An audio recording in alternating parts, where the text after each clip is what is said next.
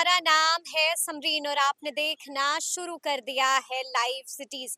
नीतीश कुमार के लिए हमारे दरवाजे खुले हुए हैं। नीतीश कुमार को हमने माफ कर दिया है और हम माफ करते ही रहते हैं। नीतीश कुमार को भी अपने दरवाजे खुले रखने चाहिए। आपको मालूम है कि ये बातें बीते दिन कही हैं राजद सुप्रीमो लालू प्रसाद यादव ने, और बड़ी बात ये है कि जैसे ही लालू प्रसाद यादव ने ये बड़ा बयान दिया है, वैसे ही बिहार का सियासी पारा भी इस ठंड में चढ़ गया है। तो आज हम इसी मुद्दे पर सीधी बातचीत करेंगे सीनियर जर्नलिस्ट अरुण पांडे जी से। सबसे पहले बहुत शुक्रिया बातचीत के धन्यवाद लिए। आपको भी। जी अरुण जी, सबसे पहले हम आपसे जानना चाहेंगे कि इस बयान को आप कैसे डिकोड कीजिएगा। नहीं, लालू प्रसाद अपने भाई के लिए नए साल के पहले ही दिन दरवाजा खोल रखने की बात कर दी है, तो इसका सियासी माने तो है नहीं। लालू प्रसाद राजनीति के माहिर खिलाड़ी है और वो बिहार की राजनीति, यहाँ की सामाजिक स्थिति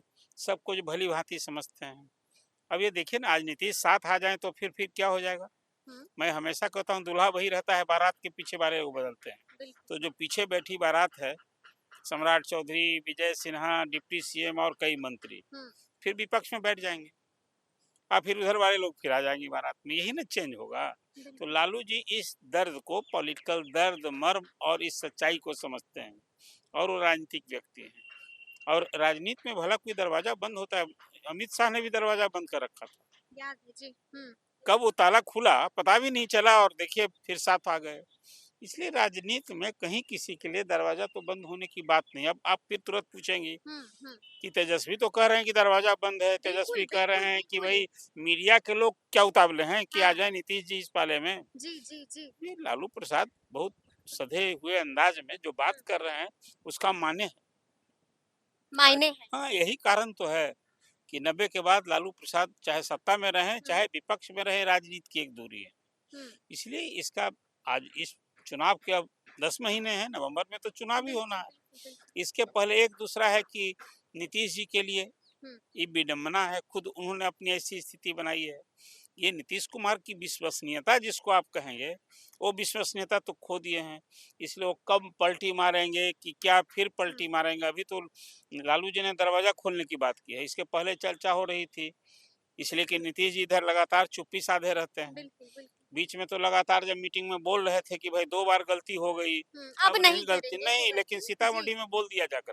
जी। सीतामढ़ी में अभी प्रगति यात्रा में उन्होंने ये बात फिर कह दी। सम्राट चौधरी भी थे कि भाई 2 बार गलती हो गई, अभी गलती। जब ये बात नहीं दोहराते हैं ना, चुप्पी साधते हैं, तो फिर पलटी मारने की चर्चा हो जाती है।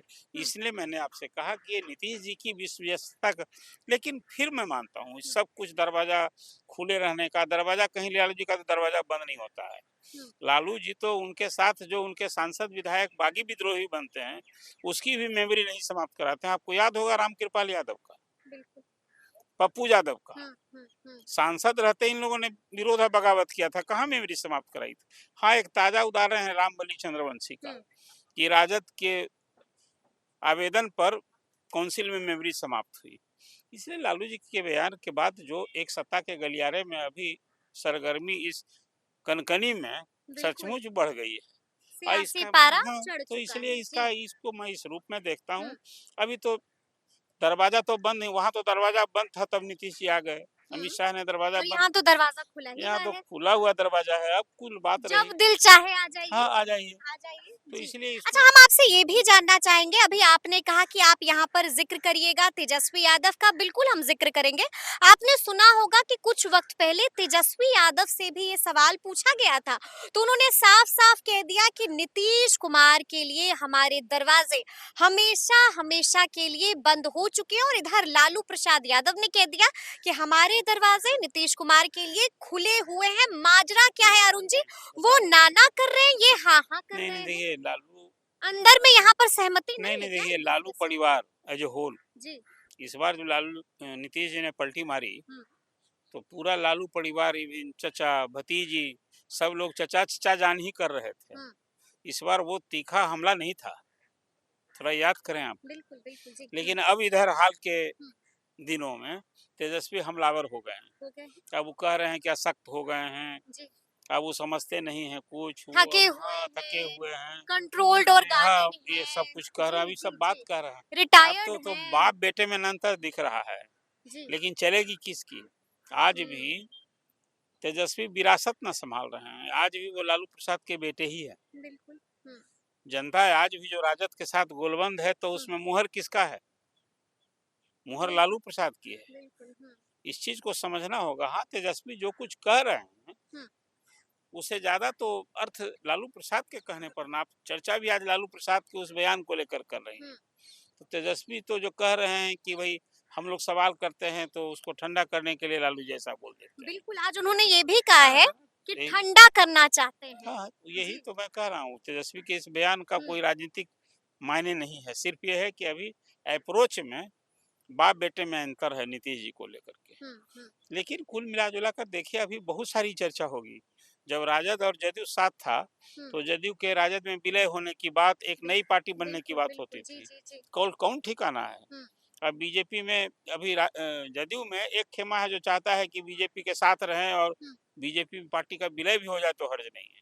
कुछ ऐसे लोग भी हैं जो कहते हैं कि नहीं नहीं, हम लोग को राजद के साथ चलना चाहिए। कुछ लोग ऐसे हैं जो चाहते हैं कि जदयू को जिंदा रखना चाहिए। तो अभी सब कुछ देखिए, ये चुनाव भर मेरी अपनी समझ है कि नीतीश जी के ही नेतृत्व में बीजेपी कोई हालत में नहीं छोड़ेगी। देखिए 65% पिछड़ों की आबादी है, तो ये पिछड़ा एक जिस दिन इसी दर्द को समझते हैं लालू जी मर्म को, कि जिस दिन नीतीश इधर आ जाए तो पिछड़ों के गोलबंद हो जाएगा। तो जो एक स्थिति रहेगी, आप याद कीजिए 2015 का चुनाव, सबसे बड़ी पार्टी डीएनए का मुद्दा उठा हाँ, था। नहीं, जी। जो सोशल कॉम्बिनेशन बना था, बिल्कुल। तो उसमें सबसे बड़ी पार्टी कौन हो गई थी? हम्म, राजद, फिर तब जदयू, तब फिर बीजेपी 54 पर सिमट गई थी। जी। ये बात मैं कर रहा हूँ। अब पिछले चुनाव में राजद सबसे बड़ी पार्टी, सिंगल लार्जेस्ट। तो उसके बाद वो जो हाँ, खेल हुआ वो अलग खेल था। हुआ। तो इसलिए जी। मैं आपसे कह रहा हूँ कि इस चीज को लालू जी समझते हैं समझते। कि बिहार का पॉलिटिकल पल्स क्या है। और आज यदि पिछड़ों की गुलबंदी हो जाती है, तो एक चीज है ना कि नीतीश भी चाहते थे कि भाई जाति सर्वेक्षण हो, तो राजद भी चाहता था, अब तो कांग्रेस भी चाह रही है। बिल्कुल। कुछ चीज तो जो मैच करता है ना। और अभी बीजेपी केंद्रीय स्तर पर नहीं चाहती है जातीय सर्वेक्षण। यहाँ के लिए नीतीश जी के लिए चैंपियन है। नीतीश जी ने 65% आरक्षण किया, वो चाहते हैं देश भर में लागू हो। तो ये सब कुछ एक अच्छा, इसी बीच मीटिंग एक पॉइंट और है, ये सब इसी मीटिंग बीच पॉइंट है। मीटिंग पॉइंट है। इसी बीच एक और तस्वीर वायरल हुई है अरुण जी।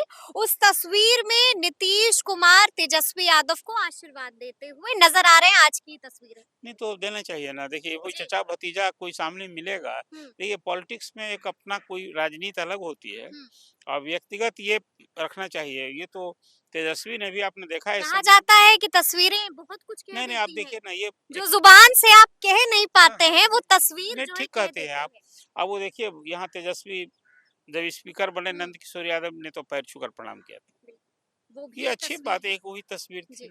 ये तो व्यक्ति का अपना जो बड़प्पन है ना, वो दिखता है। कटसी में पीछे मत हटिए। उसमें माने में तेजस्वी ने भी दिखाया, जो मैंने आपसे कहा ना कि इस बार पलटी मार की जो हुई ना, फिर तो लालू परिवार उस हद तक हमलावर नहीं था। और उसी को आगे आज बढ़ा दिया नए साल में लालू जी ने कि दरवाजा खुला हुआ है, तो कम।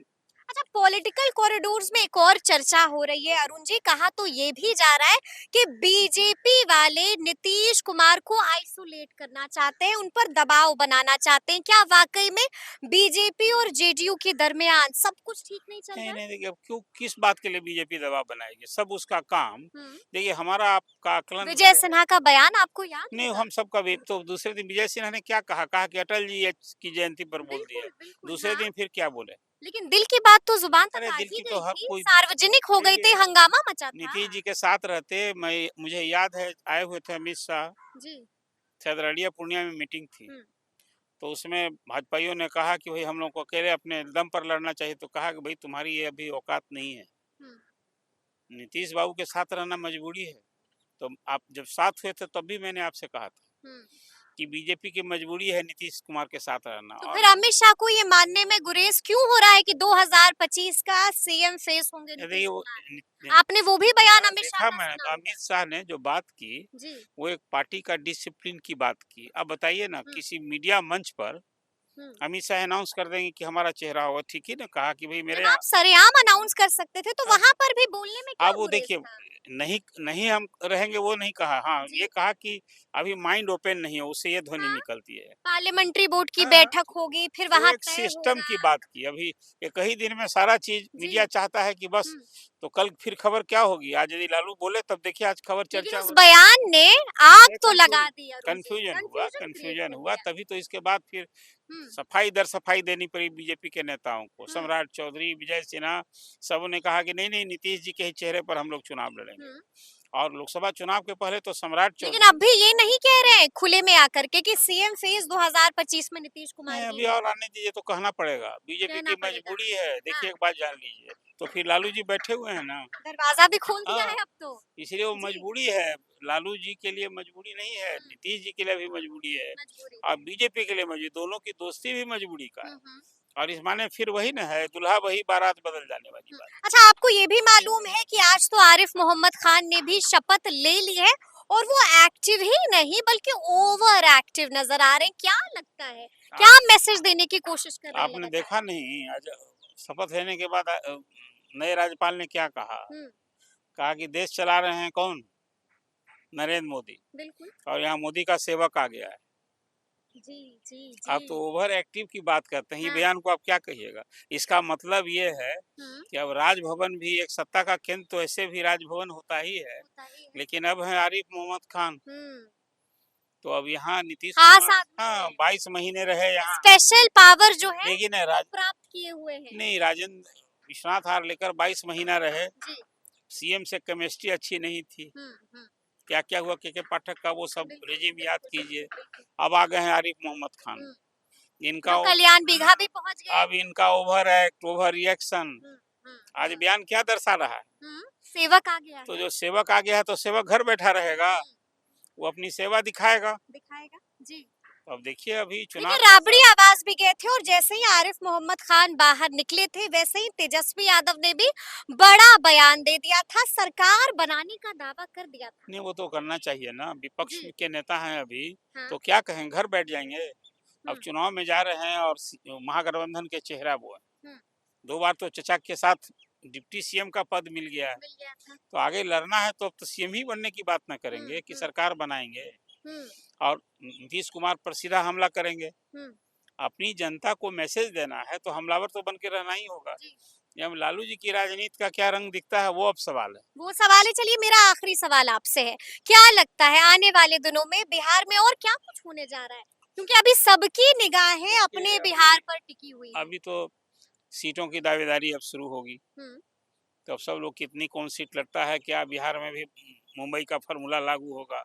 अभी एक सामने आ गया है। महाराष्ट्र फॉर्मूला। अब यहाँ 80 सीट वाली भाजपा कितनी सीट लड़ेगी, और 42-43 सीट वाला जदयू कितनी सीट लड़ेगी? अब तो बराबर बराबर वाली बात मुझे नहीं दिखती है।